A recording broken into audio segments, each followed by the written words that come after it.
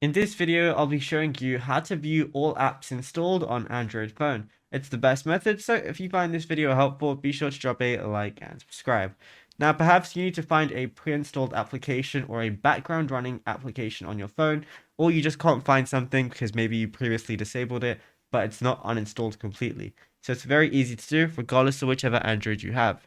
All you want to do is go over to your settings application, go ahead and scroll down until you're in the apps section. So I'm just going to go there right now. And this shows my apps right now, but it doesn't show some. So what I want to do is press the three little dots on the top right, and then I'm going to see a lot of different options.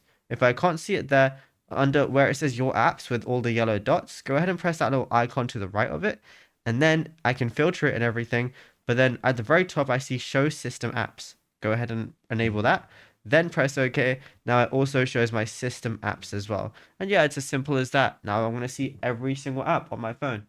Now, if you found this video helpful, be sure to drop a like and subscribe, and check out all our other tutorials on the channel as well.